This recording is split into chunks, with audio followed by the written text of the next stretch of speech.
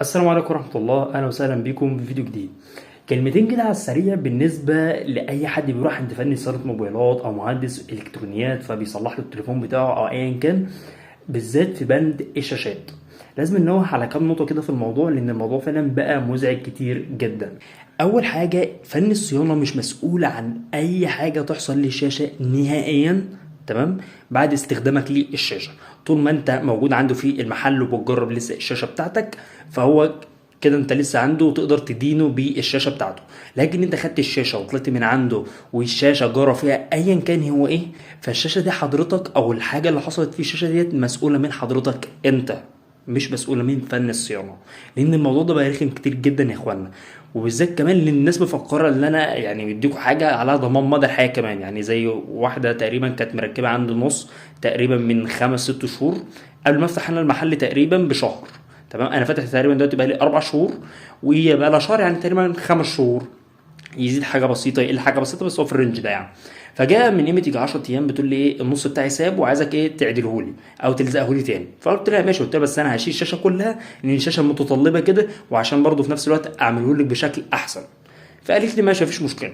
فالمهم انا عملت الشاشه، شلتها كامل من الفريم وركبتها تاني وكل حاجه، ولكن للاسف كان في عوجه في الفريم، فبرضه استعدلتها والحمد لله الشاشه طبقت مع الفريم. فلما جيت عشان احاسبها، فانا بقول لها حضرتك الفريم كان مقوس وانا عدلته لك على قد ما اقدر، وفي نفس الوقت ايه طبعت لك الشاشه بشكل كويس جدا في الفريم بتاعها. تمام تمام. حسابك كام؟ قالت لي حسابي كده يا ستي كل ما مش هيختلف اي حاجه. قلت لك احسب 100 جنيه. فجت تناقش معايا، لا ده كتير ولا ده لا يا ستي الكل ده الشاشه لوحدها اساسا بتركب ب 150 جنيه، فانا استعدلت لك الفريم كمان.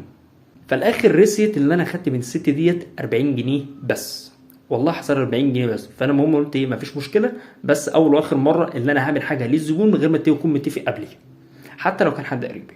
تمام، فدي نقطه كويس جدا لازم تركز بالك منها. طيب بخصوص بقى موضوع الشاشه، فجت لي بعد ال 10 ايام بقى من ان النص ملزوق، جايه بتقول لي ده النص دلوقتي بقى معلق ومش راضي يعمل وساب تاني من مكانه. قلت لها لا حضرتك ده مش ساب من مكانه، ده واخد وقعه جامده كبيره جدا، والوقعه ديت اثرت ان الشاشه ثابت من مكانها وكمان الفريم اتقوس اكتر من الاول.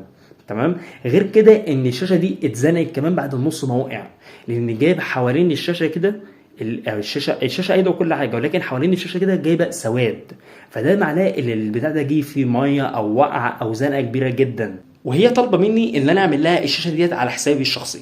فجايه بتقول لي ده لسه مركبه عندك. قلت لها حضرتك انت مركبه عندك الشاشه بقالك 5 شهور او 6 شهور، فازاي انت بتكلميني كده؟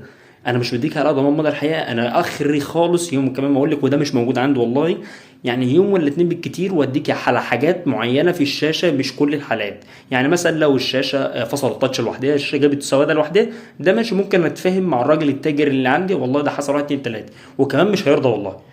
تمام.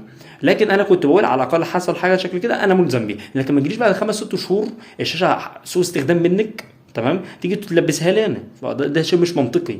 يا فندم انا بروح اشتري الشاشه من عند التاجر وبحط عليها الهامش الربح بتاعي، تمام، فمش طالب من حضرتك انت اخرك معايا خالص الساعتين ولا 3، او يا فندم اقعد 24 ساعه عندي في المحل جرب الشاشه بتاعتك كويس جدا ورد عليا فيها. اول ما تطلع من باب المحل انا مش ملزم بالشاشه بتاعتك ديت، لان قدر اتخبطت قدر اتزنقت قدر جرى ايا كان في ايدك انت. لكن طول ما هي كانت عندي وانت مجربها فهي سليمه وشغاله، مفيش عندي مشكله عندي. لكن لو انت جيت جربتها لو لقيت فيها مشكله فديت تلزمني انا، وانت ما عندكش اي حاجه وعداك العيب وغيرها كمان على حسابي الشخصي. فديت حاجه يعني مضايقاني جدا، خصوصا الناس اللي بتيجي او واخده في نفسها اللي ايه، انا خدت شاشه من عند حد بيقول لي ده شاشه اعلى كواليتي في السوق او اعلى درجه في السوق، ومفكر ان انا مثلا مديله على ضمان مدى الحياه ولا حاجه، او مديله ضمان 5 6 شهور. لا حضرتك الشاشه معلهاش اي ضمان نهائيا، حتى في التوكيل معلوش اي ضمان برضه. التوكيل حتى لما تروحي هناك لو سوء صناعه بيبدلها لك وبتدفعي فرق برضه، لو مش سوء صناعه او سوء استخدام بقول لك لا حضرتك يا فندم ده سوء استخدام وهتضطر تغيرها على حسابك الكامل الشخصي.